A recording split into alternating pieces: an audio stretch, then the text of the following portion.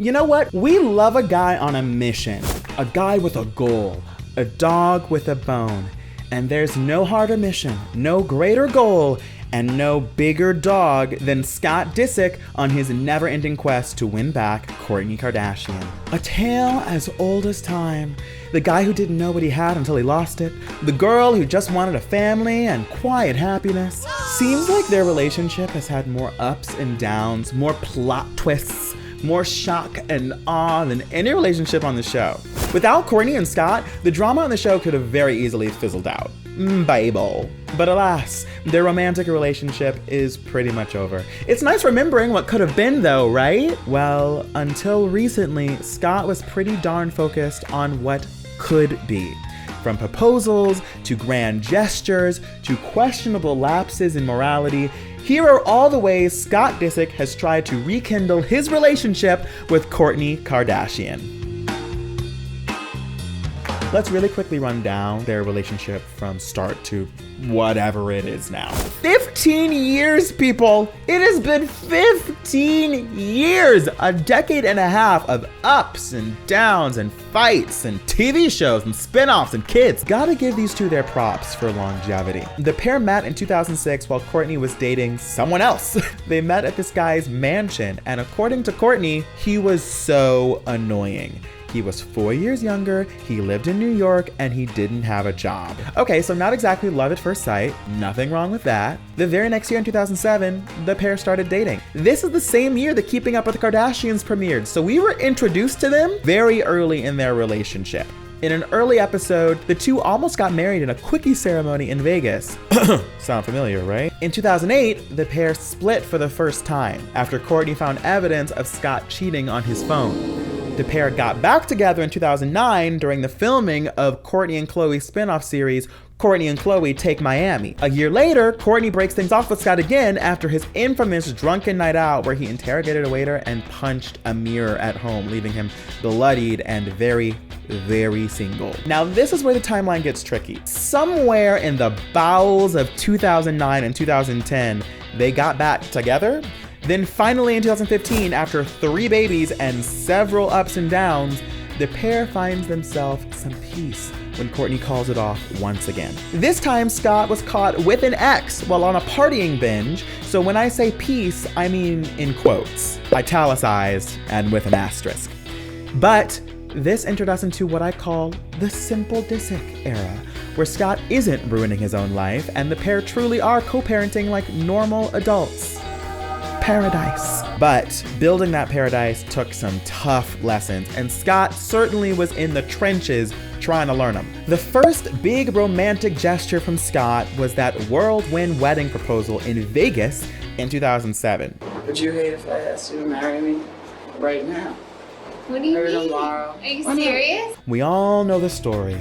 A couple is swept up in romance and elopes in Vegas with just a dollar store priest and a bottle of whatever they were drinking at the hotel as their witness. Well, not if Mama Kris has anything to say about it. After a fight from Kris Jenner, the pair called off their shotgun wedding and returned home.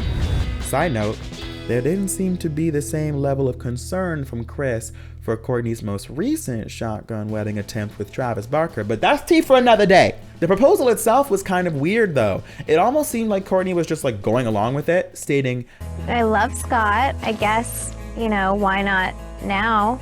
Girl, that is not how it's supposed to work. Red flag, abort, abort, abort. She up and told her whole family, today at 2 o'clock, a car is picking us up, we're going to the chapel. Like she literally said the words, this feels really rushed, but I guess I'm about to get married. Fast forward to 2009, the marriage didn't end up going forward. Kris Jenner didn't have a heart attack. Fast forward through all of that, and we get to Scott's second attempt at redemption. Let me paint a picture. The backdrop is the salty, humid, regret-stained shores of Miami Beach. Kourtney and Khloe Kardashian are on cloud 9 with a brand new spin-off series, Kourtney and Khloe Take Miami. What could possibly go wrong? Enter 2009 era Scott Disick.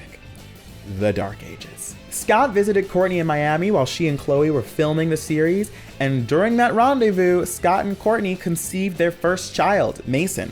if you believe the unaired and unspoken tea from that period, that is the reason the two got back together. And we can't let this moment pass without bringing up Khloe and Scott's blowout battle, where Khloe slapped that man across the face, accusing him of getting Kourtney pregnant to trap her in a relationship with him.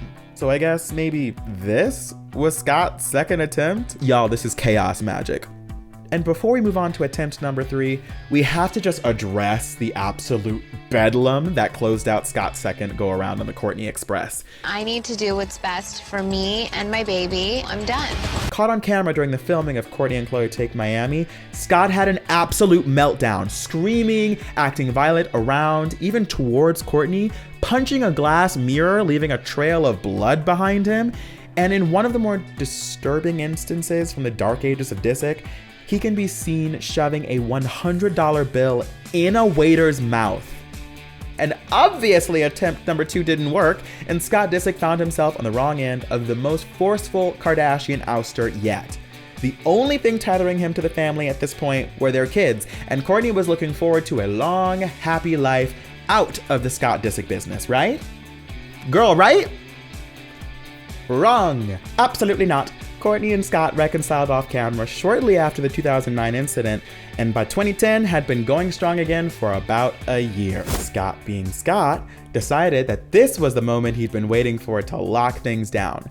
So we are now staring down the barrel of attempt number 3 and proposal attempt number 2. Scott, professing to be a new man since starting therapy, says that, I'm sitting here, I'm 27 years old, and I feel like at this point in my life, why am I not just buying an engagement ring? I wonder why. And because lessons being learned are seemingly out of the question, this proposal was just as unplanned and haphazard as the first. On the final episode of the Kardashian spin-off, Kourtney and Kim Take New York, she shot down the Disick proposal flat out, saying, But like things are so good now, and like we finally have come to this place, why would we want to change that? Asking someone to marry him without first even thinking to ask them if they were interested in marriage somehow didn't work out.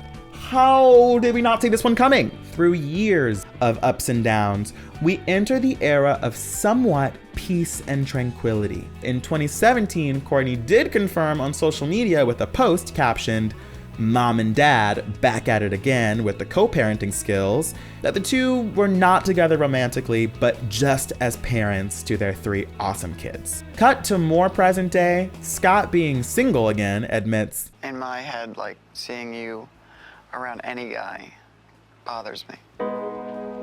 and in a shocking bout of honesty revealed, Then it's my insecurity, then I feel like that I just don't like seeing you with another guy or a guy. he said at the time that he doesn't feel that way anymore and he doesn't have those thoughts in his head, but then immediately admitted that If you start dating again, then it goes back to that, and I have to feel like a different way again, and it's just hard. Okay, cut to the next year, 2022, our present day, and Kourtney is indeed in a new relationship. On the first episode of The Kardashians on Hulu, Scott looked like he may have been ready to accept this new reality. As hard as it is, it does give me a place to like finally be able to move on. Listen, this feels right. Whatever era we are in right now, I think this is the era that Kourtney and Scott belong in. It may have taken him a solid decade and a half, but we're out of the dark ages of Disick. And that, I think, deserves a round of applause. I'm Eric Myrick with The Things. Let us know your thoughts on the proposals, the breakups, the many eras of Scott, and where these co-parents are now in the comments below.